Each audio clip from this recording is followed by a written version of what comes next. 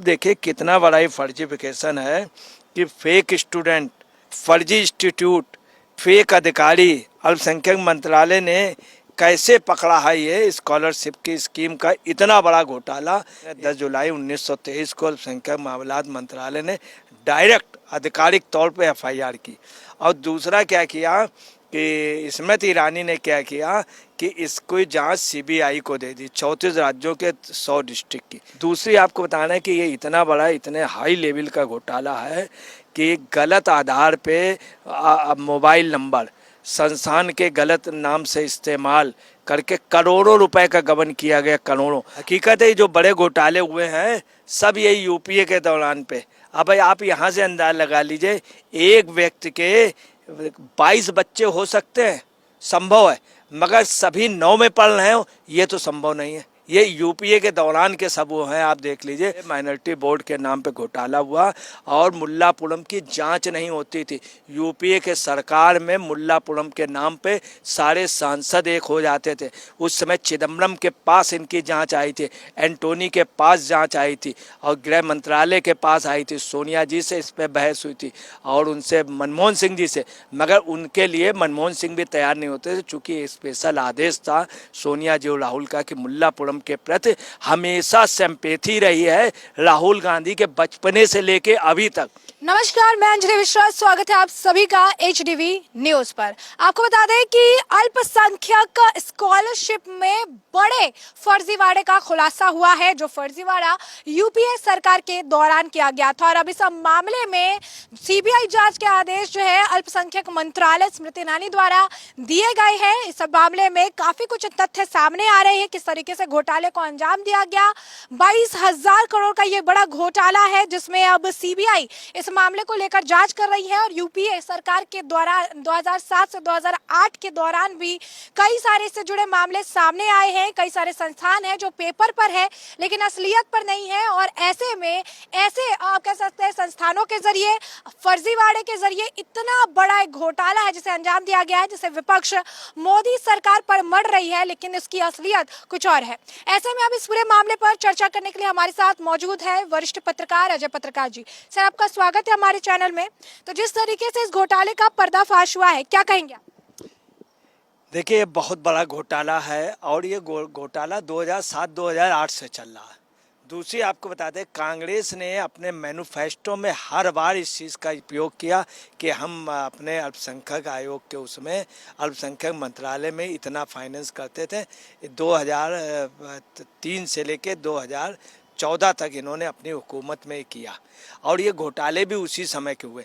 और जहाँ जहाँ घोटाले हुए हैं वहाँ पर विपक्ष को, कांग्रेस को, उधर टीएमसी को और असम में उसको विपक्ष की पार्टी को, उनको ही सबसे ज़्यादा वोट मिले और वहीं उन्हीं के राज्यों में जहाँ से उनके सांसद और विधायक हैं। सबसे बड़ी बात ये। अब आप देखिए कितना बड़ा ही फर्जीफिकेशन है कि फेक स्टूडेंट, फर्जी इंस्टीट्यूट, फेक अधिकारी, अल्पसंख्यक मंत्रालय ने कैसे पकड़ा है ये स्कॉलरशिप की स्कीम का इतना बड़ा घोटाला। एक तो सबसे पहले हम अल्पसंख्यक मंत्रालय को धन्यवाद देते हैं जिसने 10 जुलाई 1923 को अल्पसंख्यक मामलात मंत्रालय ने डायरेक्ट आधिकारिक तौर पे एफआईआर की। और दूसरा क्या किया कि स्मृति ईरानी ने क्या किया कि इसको जांच सीबीआई को दे दी, 34 राज्यों के 100 डिस्ट्रिक्ट की। दूसरा, और जो इसमें काफ़ी वैसे मामले हैं उनका जो है बाकी संस्थानों की जांच मंत्रालय अपने स्तर पर कर रहा है।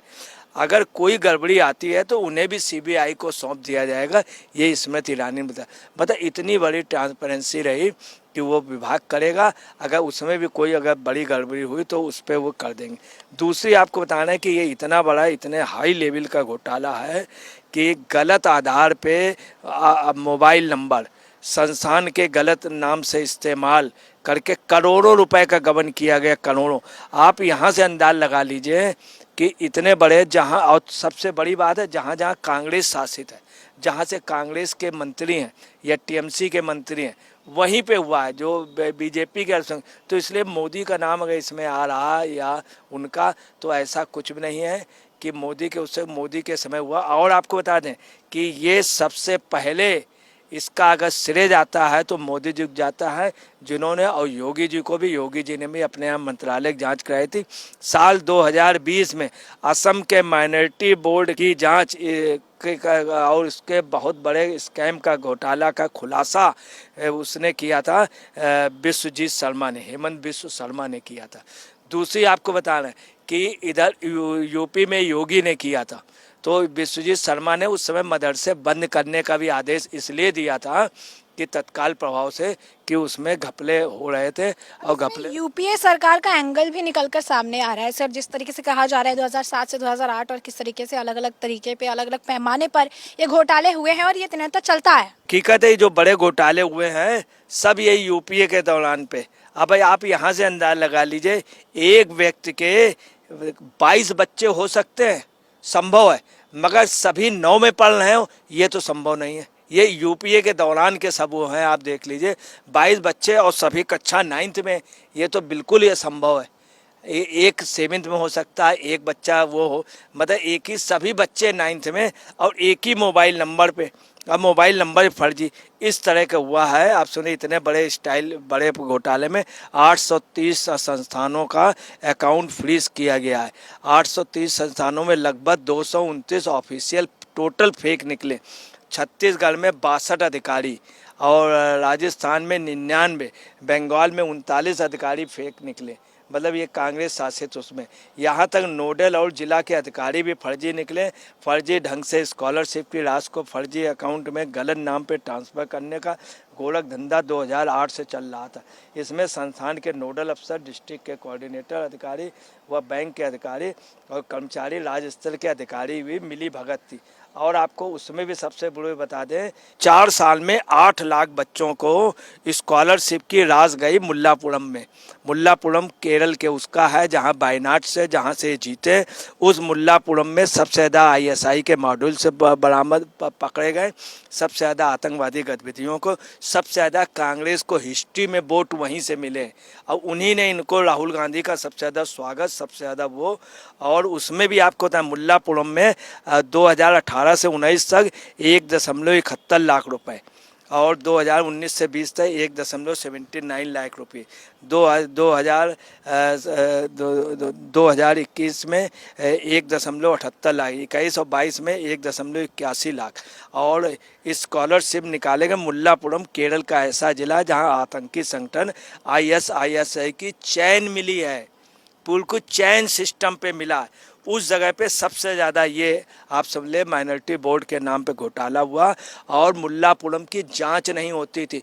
यूपीए के सरकार में मुल्लापुरम के नाम पे सारे सांसद एक हो जाते थे। उस समय चिदम्बरम के पास इनकी जांच आई थी, एंटोनी के पास जांच आई थी, और गृह मंत्रालय के पास आई थी। सोनिया जी से इस पर बहस हुई थी, और उनसे मनमोहन सिंह जी से, मगर उनके लिए मनमोहन सिंह भी तैयार नहीं होते थे, चूँकि स्पेशल आदेश था सोनिया जी और राहुल का कि मुल्लापुरम के प्रति हमेशा सिंपैथी रही है राहुल गांधी के बचपने से लेके अभी तक। और अगर राहुल को सबसे ज़्यादा कहीं के लोग मानते हैं हिंदुस्तान में, तो उस मुल्लापुरम के। दूसरी जगह आपको बताना है जो सबसे ज़्यादा सेंसिटिव है, सबसे ज़्यादा रोहिंग्या जहाँ पाए जाते हैं, ये रिकॉर्ड कहता है।